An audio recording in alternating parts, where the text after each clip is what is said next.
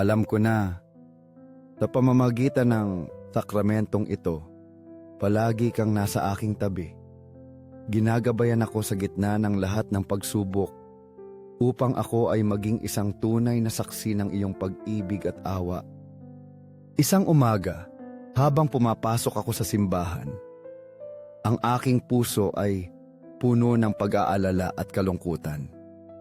Napagdaanan ko ang isang mahirap na panahon na may maraming negatibong emosyon na bumabalot sa akin na nakakaapekto sa aking panloob na kapayapaan. Ngunit nang lumuhod ako sa harap ng tabernakulo at tumingin sa Eucharistia ni Jesus, nakaramdam ako ng isang kakaibang kapayapaan na bumalot sa aking puso. Sa sandaling iyon ko, napagtanto na ang pag-ibig ng Diyos ay walang hanggan. At kahit hindi ako karapat-dapat, hinihintay niya ako ng bukas na mga bisig, handang magpatawad sa akin. Naalala ko ang mga santong martir, yaong mga nag-alay ng kanilang buhay dahil sa pag-ibig sa Diyos. Tulad ng mga martir na Claret, mga pari at relihiyoso na namatay sa digmaang sibil ng Espanya. Isa sa kanila ay si Padre Faustino Perez, na nag-alay ng kanyang buhay noong 1936. Sa pamamagitan ng mga pahina ng mga libro tungkol sa mga martir na Claret, nadama ko ang isang matinding pag-ibig sa Diyos. Isang pag-ibig na nalampasan ang lahat ng sakit, paghihirap, at kahirapan. Sa pagbabasa ng kanilang mga kwento, hindi ko maiwasang humanga sa katapangan at matatag na pananampalataya ng mga martir. Namatay sila para sa Diyos. At sa kanilang huling sandali, patuloy silang nagdarasal, humihingi ng kapatawaran para sa kanilang mga kaaway, at nag-aalay ng kanilang buhay dahil sa pag-ibig sa sangkatauhan. Napagtanto ko na ang aking mga pagdurusa ay maliit kumpara sa kanilang tiniis. Sila ay nabuhay at namatay ng may hindi matitinag na pananampalataya na nagpapakita ng tunay na kahulugan ng pag-ibig Kristiyano. Sa katunayan, sa mga sandali ng matinding pagdurusa, iisa lamang ang kanilang iniisip: kung paano magpatawad, kung paano patuloy na magmahal at lubusang mag-alay sa Diyos. Ang kanilang halimbawa ng sakripisyo at pananampalataya ay isang makapangyarihang patotoo sa kung ano ang ibig sabihin ng pagsunod kay Kristo. Sila ay isang maningning na halimbawa para sa atin ng pananampalataya, pag-ibig sa Diyos, at pagpapatawad. Sa pagninilay-nilay sa kanilang buhay, Panginoong Hesus, napagtanto ko na kailangan ko ring magbago. Dapat akong matutong magpatawad, gaano man kahirap, at mamuhay sa pag-ibig at kapakumbabaan upang tunay kong masundan ang iyong mga yapak. Panginoong Hesukristo sakramentado, tulungan mo akong pagtagumpayan ang mga tukso at mga pagsubok ng buhay at makita ang bawat hamon bilang isang pagkakataon upang lumago sa pag-ibig at kapatawaran. Naniniwala ako na kung hahayaan kitang gabayan ako, lubusan kong mabubuhay ang iyong pag-ibig at magiging tunay mong disipulo. Tulungan mo akong palakasin ang aking pananampalataya na huwag hayaan ang mga paghihirap na ilayo ako sa iyong landas. Ako ay tunay na masaya at nagpapasalamat na malaman na si Jesus ay palaging nasa aking tabi kahit sa pinakamahirap na sandali. Panginoong Jesus, lubos akong nagtitiwala sa iyo. Alam ko na poprotektahan ako ng iyong pag-ibig. Tutulungan akong pagtagumpayan ang lahat ng paghihirap na kinakaharap ko at gagabayan ako sa landas ng katotohanan at kapayapaan. Panginoong Hesukristo sakramentado, tulungan mo akong hanapin ka sa bawat sitwasyon ng aking buhay. Mahalin ka ng buong puso ko at ibahagi ang iyong pag-ibig sa iba. Alam ko na, sa pamamagitan ng pamumuhay sa iyong pag-ibig, palagi akong maaaliw, gagabayan, at luluwalhatiin ang iyong pangalan sa aking buhay. Salamat, Panginoon, sa palaging pagiging nasa aking tabi. Ipinapakita sa akin ang landas patungo sa kaligtasan. Hinihiling ko sa iyo, Panginoong Hesukristo sakramentado.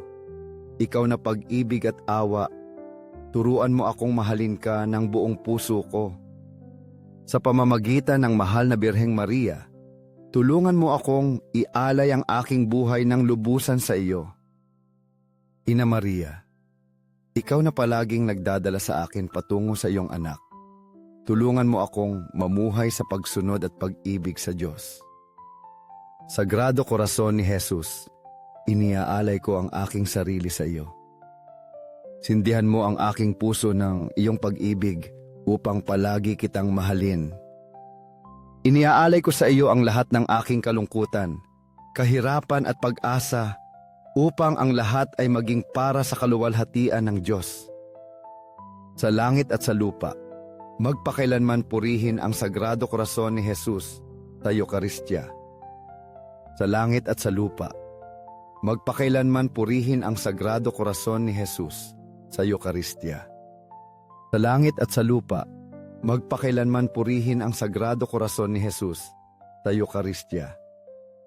Amen.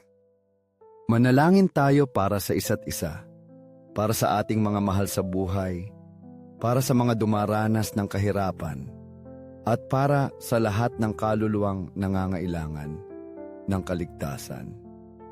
Kung nadarama mo ang pag-ibig ni Hesukristo sakramentado sa iyong buhay, ibahagi ang kagalakang iyon sa iba.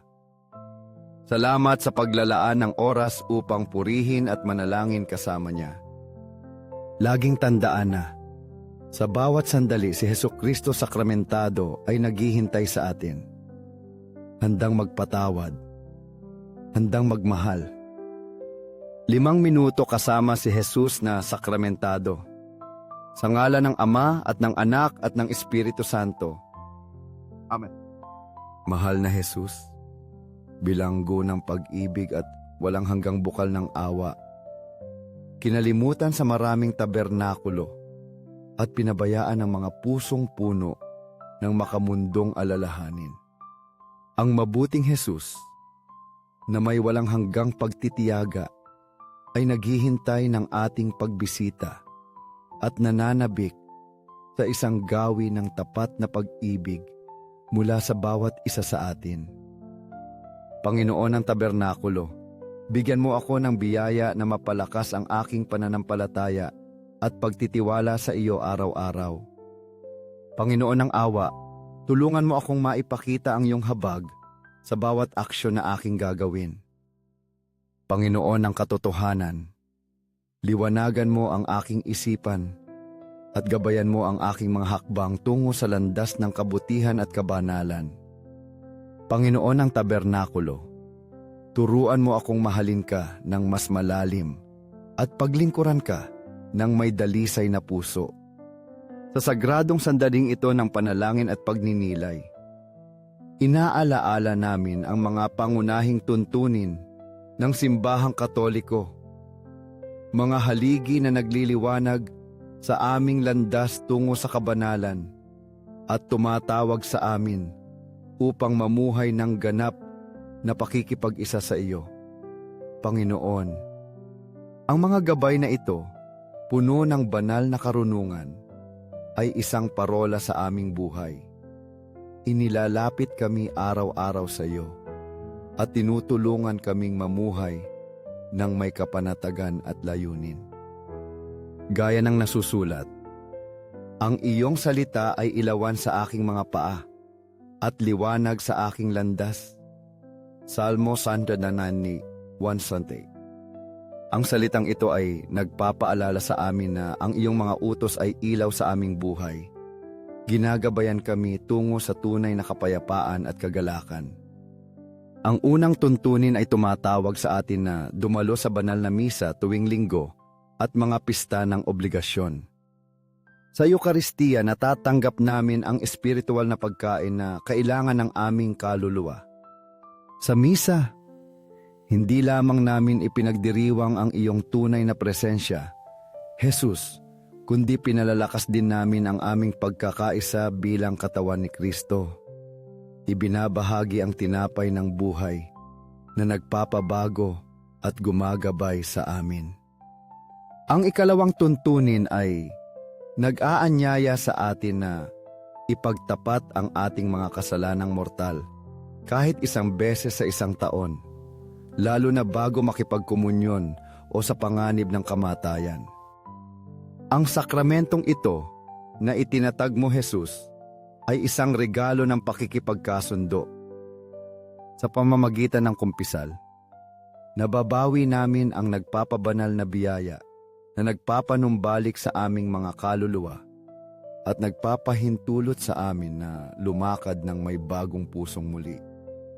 Ang ikatlong tuntunin ay naghihikayat sa atin na makipagkomunyon kahit isang beses sa isang taon, partikular sa panahon ng Pasko ng Pagkabuhay. Sa dakilang gawaing ito, nakikiisa kami ng malapit sa iyo, Panginoon. Tinatanggap ang tinapay ng buhay na walang hanggan. Ang bawat komunyon ay isang paalala ng iyong walang hanggang pag-ibig at ng pangako ng buhay na walang hanggan. Ang ikaapat na tuntunin, ang pagsasagawa ng pag-aayuno at pag-iwas sa mga araw na itinalaga ng banal na inang simbahan ay tumatawag sa atin sa penitensya at sakripisyo. Ang mga gawaing ito ay hindi isang pasanin, ngunit isang pagkakataon upang mas mapalapit sa iyo.